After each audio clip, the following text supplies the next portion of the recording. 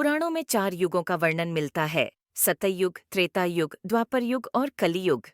कलियुग को एक श्राप कहा जाता है। पर क्या आपको पता है कि पृथ्वी पर कलयुग कैसे आया, कैसे कलयुग की शुरुआत हुई? आइए हम बताते हैं। क्या हमने कभी इस बात की ओर ध्यान दिया है कि ऐसा क्या कारण रहा होगा जिसके चलते कलयुग को धरती पर आना पड़ा? आखिर क्या रहस्य है कलयुग के धरती पर आगमन के पीछे? महान गणितज्ञ आर्यभट्ट ने अपनी पुस्तक आर्यभट्टियम में इस बात का उल्लेख किया है कि जब वह 23 वर्ष के थे तब कलयुग का 26वां वर्ष चल रहा था। आंकड़ों के अनुसार आर्यभट्ट का जन्म 476 ईस्वी में हुआ था। गणना की जाए तो कलयुग का आरंभ इनके 102 ईसा पूर्व हो चुका था, जब धर्मराज युधिष्ठिर अपना पूरा राज्यपाठ परीक्षित को सौंपकर अन्य पांडवों और द्रौपदी समेत महाप्रयाण हेतु हिमालय की ओर निकल गए थे। उन दिनों स्वयं धर्म बैल का रूप लेकर गाय के रूप में बैठी पृथ्वी देवी से सरस्वती नदी के किनारे मिले। गाय रूपी पृथ्वी के नयन आंसुओं से भरे हुए थे, उनकी आंखों से आंसू बह रहे थे।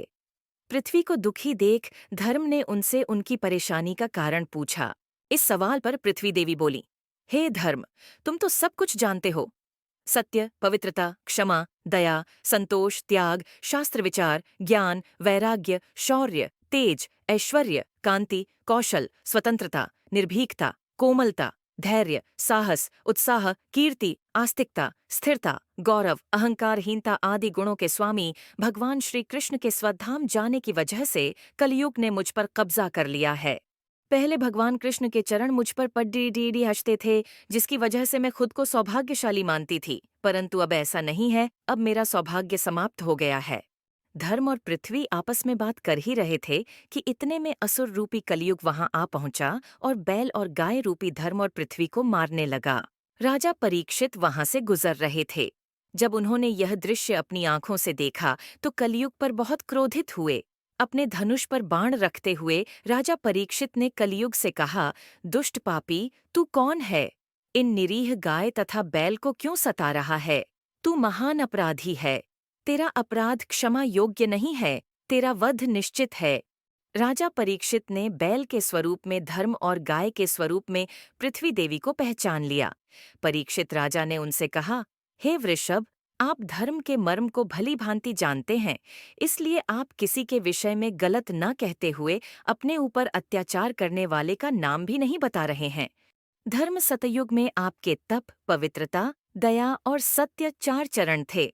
त्रेता में 3 चरण रह गए, द्वापर में 2 ही रह गए और अब इस दुष्ट कलयुग के कारण आपका एक ही चरण रह गया है। पृथ्वी देवी भी इसी बात से दुखी हैं। इतना कहते ही राजा परीक्षित ने अपनी तलवार निकाली और कलयुग को मारने के लिए आगे बढ़े। राजा परीक्षित का क्रोध देखकर कलयुग कांपने लगा। कलयुग भयभीत होकर अपने राजसी वेश को उतारकर राजा परीक्षित के चरणों में गिर गया और क्षमा याचना करने लगा। राजा परीक्षित ने शरण में आए हुए कलयुग को मारना उचित न समझा और उससे कहा, कलयुग, तू मेरे शरण में आ गया है, इसलिए मैं तुझे जीवन दान दे रहा हूँ। किंतु अधर्म, पाप, झूठ, चोरी, कपट, दरिद्रता आदि अनेक उपद्रवों का मूल कारण केवल तू ही है। तू मेरे राज्य से अभी निकल जा और फिर कभी लौटकर मत आना। परीक्षित की बात को सुनकर कलयुग ने कहा कि पूरी पृथ्वी पर आपका निवास है। पृथ्वी पर ऐसा कोई भी स्थान नहीं है जहां आपका राज्य ना हो। ऐसे में मुझे रहने के लिए स्थान प्रदान करें। कलयुग के ये कहने पर राजा परीक्षित सोचने किचार कर कहा, झूठ, द्यूत, मद्यपान, परस्त्रीगमन और हिंसा, इन 4 स्थानों में असत्य, मद, काम और क्रोध का निवास होता है। तू इन 4 स्थानों पर रह सकता है। परंतु इस पर कलयुग बोला, हे राजन, ये 4 स्थान मेरे रहने के लिए अपर्याप्त है। अन्य जगह भी प्रदान कीजिए मुझे। इस मांग पर राजा परीक्षित ने उसे स्वर्ण के रूप में 5वां स्थान प्रदान किया।